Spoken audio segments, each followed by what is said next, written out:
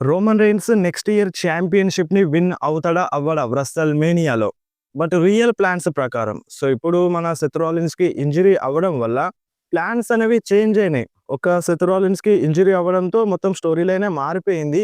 ఒకవేళ మన సెత్ రాలిన్స్‌కి ఇంజ్యూరీ అవ్వకపోయుంటే నెక్స్ట్ ఇయర్ వ్రెస్టల్ మేనియాలో మన రోమన్ రెయిన్స్ ఛాంపియన్‌షిప్‌ని గెలిచేటోడంట.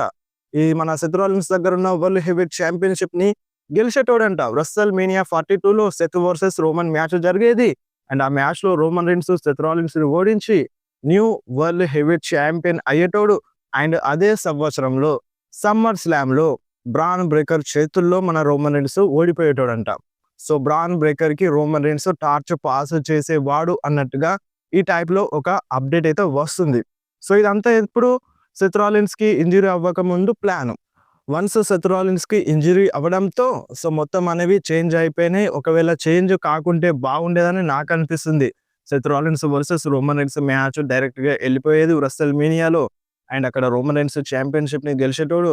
అండ్ సమ్మర్ స్లామ్‌లో ఓడిపోతాడని అప్డేట్ ఉండింది గానీ, సో, ఓడిపోవడం, ఓడిపోకపోవడం అది పక్కన పెడితే ఈ మ్యాచ్ అయితే కన్ఫర్మ్‌గా జరిగేది. Roman Reigns versus Seth Rollins match కన్ఫర్మ్‌గా జరిగేది. ఒకవేళ సెత్ రాలిన్స్ మెడికల్‌గా ఫిట్ ఉంటే. సో, ఇప్పుడు ఇంజ్యూరీ అవ్వడంతో మొత్తం చేంజ్ అయిపోయింది. అండ్ ఇప్పుడు సెత్ రాలిన్స్ ఇంజ్యూరీ అప్డేట్ ఇచ్చిండనమాట. మెడికల్ అప్డేట్ ఇచ్చిండు. నేనిప్పుడు బాగానే ఉన్నాను. ఒక నార్మల్ రెగ్యులర్ పర్సన్ ఎలా లైఫ్‌ని లీడ్ చేస్తాడో అలా లీడ్ చేయగలుగుతున్నాను.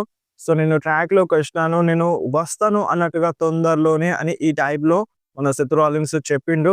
మనకింతకుముందు అప్డేట్ ఉండే సెత్ రాలిన్స్ ఫిబ్రవరి మంత్‌లో రిటర్న్ చేస్తాడు డబ్ల్యూడబ్ల్యూఈలో అని.